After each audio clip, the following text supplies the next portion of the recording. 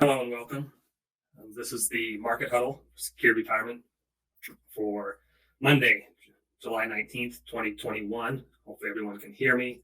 If not, if somebody wants to shoot me a note, let me know they can't, or if I'm providing feedback or something, please do let me know. I'm joined, my name is Nate Zeller. I'm the Chief Investment Strategist for Secure Retirement, I'm joined today by my colleague, Bradford Aylin, who is going to provide a demo on our website and the client portal. But first of all, I did want to provide a market update. Initially, the thought had been to talk about what happened in the markets last week, but there's a lot going on this week, so we'll probably spend a lot more time covering that. But first off, let me go through our disclosures. The information, these opinions are subject to change without notice. Any type of investing involves risk, including loss of principal, and there are no guarantees. Our firm does not assume liability for any loss which may result from the reliance by any person on any such information or opinions. This information and opinions contained herein are for general information only.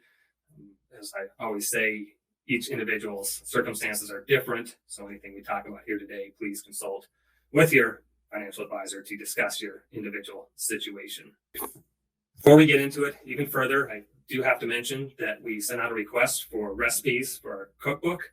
If you've not yet submitted a recipe, please do so. We're looking for the old family recipes, specifically the ones that you've kept secret. So please do send those in. Later this year, we will be sending out our cookbook full of recipes. I'm trying to work on my own right now to get those submitted. So hopefully the rest of you do the same.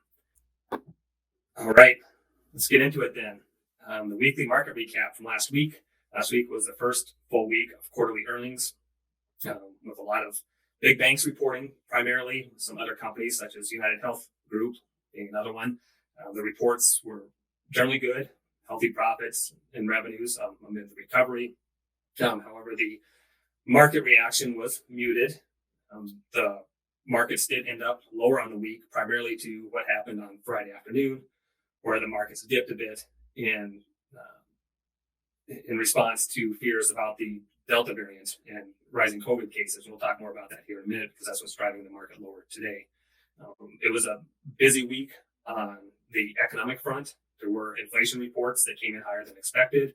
The CPI, or Consumer Price Index, which is the amount of money paid for goods and services, was higher by 5.4% year over year compared to last year. And if you remember last year, we were just coming out of recovery at that time. So, if you look back, though, we were coming out of recovery, but by June, we'd somewhat stabilized. So that 5.4% isn't as big of a shock maybe as the previous couple months have been. I think a bigger surprise was the month-over-month reading of 0.9% higher for a month. So that's a pretty significant increase. It'll be interesting to see what happens with these numbers going forward. Additionally, the PPI, or Producer Price Index, that's how much it costs to produce something that's the final pricing set by companies, was higher by 7.3% year over year and 0.8% for the month. A couple other economic releases, retail sales rose 0.6%, which doesn't sound like a lot, but there was an anticipated drop of 0.4%. So obviously consumer demand remains strong. There's been a shift to things such as travel and entertainment, and retail sales do remain higher. The other number that came out was the University of Michigan consumer sentiment, and it dropped from 85.5 to 80.8, but that still does show growth. And this is a household survey of what people feel about the economy. So it's not based on the actual economic numbers, but more what the sentiment is. A couple of tidbits that came out of that too is inflation expectations are at 4.8%, which is rather high for that particular survey. So that shows that people are concerned about inflation in the marketplace. Another tidbit that came out of that was the home buying sentiment. It's the worst since 1982, as buyers are now discouraged by high prices. And then, like I mentioned a second ago, or a few minutes ago, there's concern over the rebound in COVID-19 cases, and this is specifically the Delta variant. It seems to be spreading. We've seen a rather considerable uptick in cases in certain parts of the U.S., especially amongst those unvaccinated. Also a rising number of hospitalizations, and some states are talking about taking measures to, do what they can, perhaps, limiting access, like what we saw a year ago. When we saw LA require their mask mandate again, but we're hoping that it doesn't get to be where it was obviously a year ago. And like I said, it seems to be in pockets where people are not vaccinated, where people are vaccinated. We're not seeing the uptake, such as here in Minnesota, where we have a rather large percentage of the population that has been vaccinated. And that's what's driving the market lower today as well. And you can see a lot of the reopening plays, such as cruise lines, airlines, the travel companies are trading much lower. Boeing, airplane manufacturer, is really driving the Dow much lower today. Another concern is perhaps a slowdown in, maybe we've hit what they call peak growth. So we've grown as much as we're going to for this business cycle with a rebound from the COVID of last year. I personally don't think that's the case. I think that there's still a lot of growth left in the market. And I do think that today's pullback is, probably temporary. And we should hopefully see a bit of a rebound. I think at this point, everyone's jittery with what the market's done over the past few weeks. And so any time they see a pullback, people get nervous and, are willing to pop out of the market. But I think that we'll probably see a slight rebound here. Another note worth mentioning today is oil is trading dramatically lower. Over the weekend, the OPEC Plus countries came to an agreement to increase supply beginning in August, which obviously puts downward pressure on the oil market. In the past, we've seen this. There's generally a knee-jerk reaction, or we see a dramatic price increase or decrease, depending if they're increasing supply or cutting output. And then it tends to level back out over the course of the next few weeks. So it'll be interesting to see what oil does here in the next month or two, especially as they do begin to increase their supply. But on the other hand, we do expect a continuation of the increase in demand. Looking out for the rest of this week as well, earnings will continue. Dow components such as IBM, Johnson & Johnson, Coca-Cola, and Twitter, or Travelers, will be reporting. Then we'll also have Twitter, Netflix, and Chipotle report earnings as well. So fairly busy. The week after that gets even busier as some of the big bellwether tech names such as Apple, Amazon, Microsoft, and Google report. On the economic front, it's not quite as crowded. It's kind of a quiet week. A lot of housing numbers will come out this week. The National Association of Home Builders Housing Market Index came out this morning, slightly lower than estimates, but still showing an expanding market. There's numbers for housing starts and existing home sales will be released this week as well. Like I mentioned previously, there is some concern in the market. A lot of buyers are discouraged by high prices. So we think that there might be a cooling off in the housing market. Hopefully not, and certainly not I don't know what you want to call it, the disaster that we saw back in 2008. I don't think that the lending standards have, changed that much. They're still rather tight. We've seen just a big increase in demand, especially over the last year as people have changed their work habits. So some people working from home have a little more latitude where they can live. So, I think the housing market certainly is local in a lot of cases.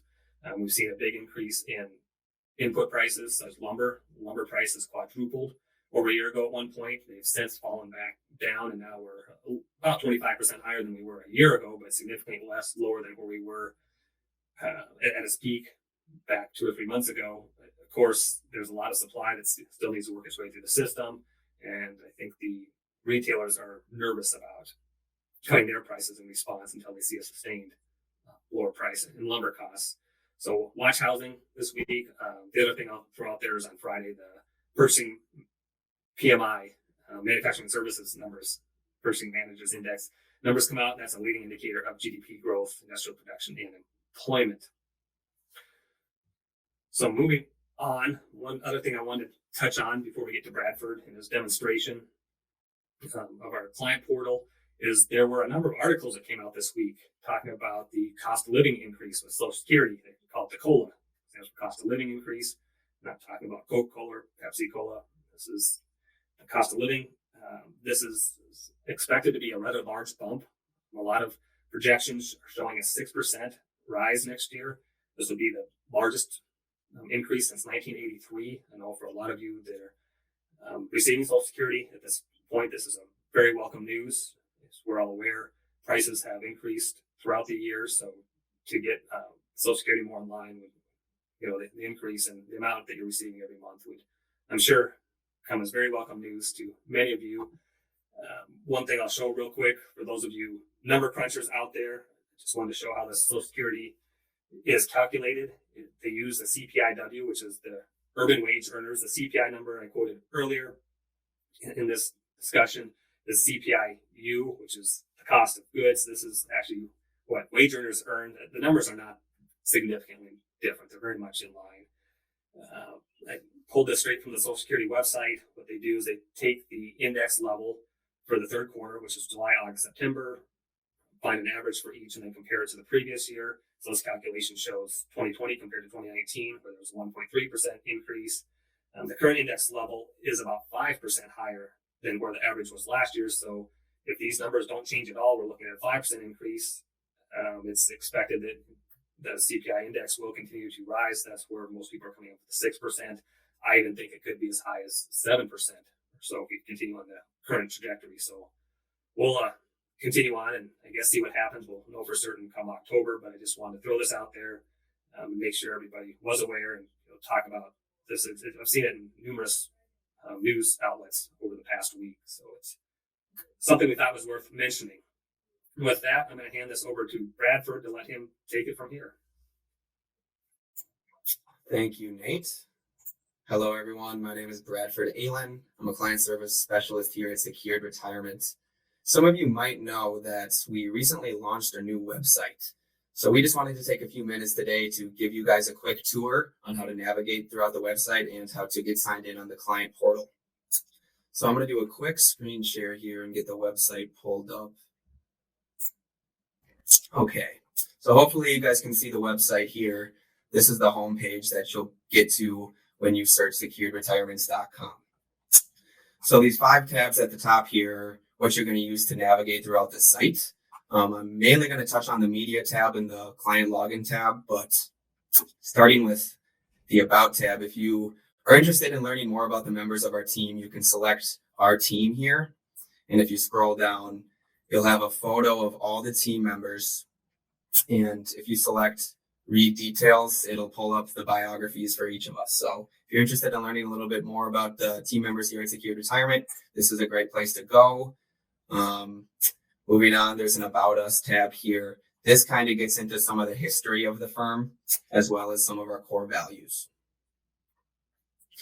If you go to our process here, it'll get into our planning philosophy, and it'll talk about our tax smart retirement program and the steps within it. We scroll down here. So yeah, it'll kind of break down the tax smart retirement program for you, and it's a great spot to learn more about it. The media tab here is where you'll have access to Joe's books, our blog posts, as well as our radio shows that we do on Saturday mornings. So starting with the books here, if you go here, you'll see that you have access to purchase both of Joe's books, the Retiree's Social Security Guide, as well as the Building Retirement Now book. And later in the year, he is going to be releasing another book about new tax secrets. So that'll be coming out later in the year as well. And there'll be a link to that book right here. And then there's blog posts here as well. So if you go here, you'll have access to all blog posts from the last 4 years. If you scroll down here, here's all the posts. You can see Nate mentioned the cookbook earlier. There's a post here about it. Proactive retirement planning here.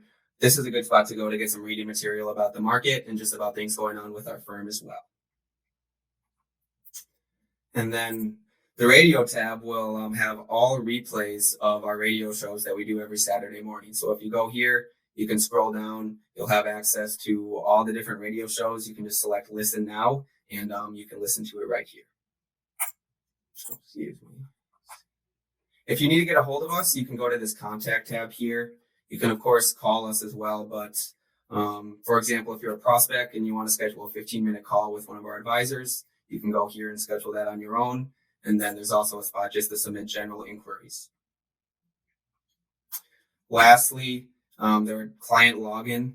On our old website, this client login button used to be at the top left corner. It's now moved over to the right side. When you hover over this here, there's going to be 2 different options. The first one's Orion, the second one TD Ameritrade. Orion is a link to what we call the Secured Retirement Portal. This is a portal that's always been through our website where you'll have access to all of your different accounts. So if you select this here, it'll transfer you to the login page while you enter your username and password. And if you've forgotten either of those, just let us know. We can reset your password for you and help you get signed in. And then the TD Ameritrade portal, this will just take you to a link to the advisor client portal that's through TD Ameritrade. This is where you'll have access to all TD Ameritrade accounts. Same thing here. I'll have you enter a user ID and password, and if you have any issues getting signed in, just let us know and we can help out. So that's the new website. If you have any questions when you're working on here, just let us know. But we are excited that we have that now launched. And if you guys have any questions, give us a call. You know where to find us. Email and phone number are listed below. This is Nate. Why don't we see if there's any questions from anyone? Well, yeah, thank you, Nate. Give everybody a quick minute here. All right, we do have a question. When will Joe's new book be available to pre-order? Bradford, do you happen to know the answer to that one? I do not know the specific dates that's going to be available, but that is something that we will keep you guys updated about. We'll send out an email or newsletter with that information, but I do not believe that there is quite yet a date for that. Yeah, certain that we'll send out quite a bit of information when that is available. Make sure everybody's aware. Next question is, when would the Social Security increase start? It is calculated in October. My understanding is that it's reflected in December, maybe as early as November, but I think it's the December Social Security payment where the increase takes effect. Next question, how long is the market going to drop? That's a very good question. Wish I had a crystal ball that would tell us that. I mean, a lot of so-called market experts have thought that the market could correct, 10 or 15%. I think a lot of it depends on what happens with COVID. If we do start to see shutdowns again, we could see a bigger market drop. If those don't happen, then I think this market drop would be very short-lived. I do think that the market drop we're seeing today will probably be fairly short-lived and will bounce back. And if you remember last year when the economy was completely shut down for a couple of months, we saw the market bounce back very quickly. So as far as how long it's going to drop, I really don't know. My guess is that I think we're probably seeing the worst of it today and hopefully not much more.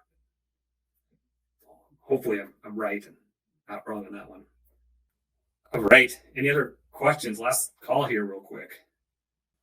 I think that's good. Thank you all for joining.